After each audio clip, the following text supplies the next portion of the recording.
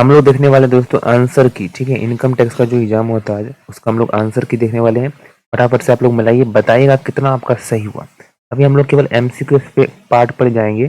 Practical जो question हम लोग सॉल्व करके आपको नेक्स्ट वीडियो में देंगे। तो क्लियर है क्या? Yes sir.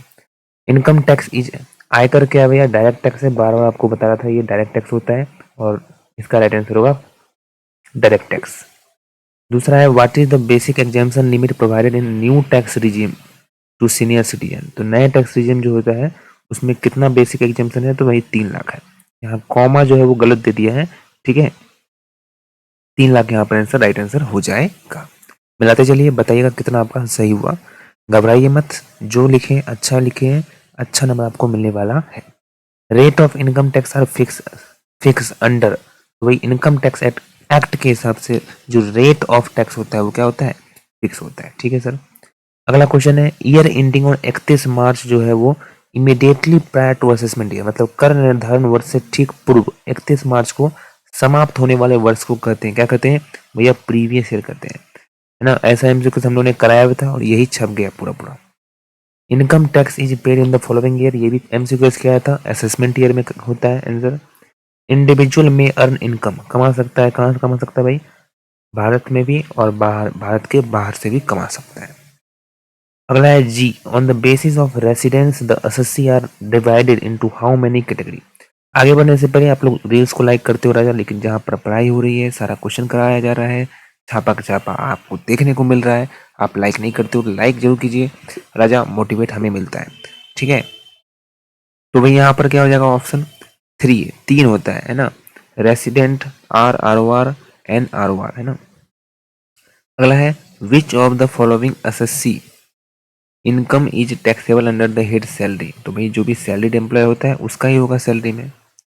ऐसा वाला एमसीक्यू हम लोग ने देखा था।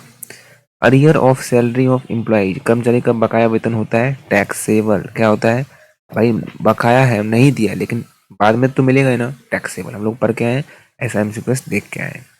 Base of tax under the head income from house property वाला में हम लोग ने देखा था एनुअल वैल्यू ही बेस होता है, एनुअल वैल्यू देखा जाता है, एनुअल वैल्यू ही बेस होता है, ठीक है। अब दोस्तों एमसीक्यू में कितना आपने स्कोर किया कमेंट में जरूर बताइएगा, शर्माइएगा मत, अपना भाई समझ के, है ना। जरूर बताइएगा कितना सही हुआ, कोई बात नहीं, कुछ भी अगर है आपका जरूर बताइएगा। अब बात करते हैं शॉर्ट आंसर में। आपको 4 बनाना था, ये वाला हमने क्वेश्चन दिया था, वही क्वेश्चन छप गया रेसिडेंस वाला क्वेश्चन बैंक में। उसके बाद परग्रेजुएट वाला छप गया है, प्रोविडेंट फंड वाला नहीं आया था, हालांकि बोला था लेकिन नहीं आया था मेरा में, ठीक है। ये क्वेश्चन अगर आपने बनाया था आराम से आप लिख सकते हैं। उसके बाद भाई अपना एनुअल वैल्यू जो है हाउस प्रॉपर्टी वाला क्वेश्चन आ गया, जो हम लोगों ने दिया था ना आपको, हाउस प्रॉपर्टी वाला क्वेश्चन, वही क्वेश्चन छप गया है। प्रैक्टिकल क्वेश्चन हम लोग आंसर देखेंगे नेक्स्ट वीडियो में, ठीक है, उसके लिए चिंता नहीं करना है। Trade and profession, explain the term trade and profession आराम से कर लोगे। And right 2 item taxable under the head income from other sources, भाई 2 आइटम लिखना था, पूरा नंबर मिलेगा, इतना हल्का, ठीक है, आराम से बना लोगे। मैंने बोला था थ्योरी बना के आना, अगर आप लोग थ्योरी बनाएंगे तो पूरा पूरा नंबर मिलने वाला है। देख सकते हैं पूरा थ्योरी ही है, जिसको थ्योरी आ रहा है वो थ्योरी बनाकर आ जाएगा। उसके बाद लॉन्ग क्वेश्चन में 3 क्वेश्चन बनाने थे, देखिए ये भी प्रोविडेंट फंड वाला आ गया, उसके बाद एनुअल वैल्यू वाला आ गया, ठीक है। ये 2 थ्योरी तो आपका ही आ गया।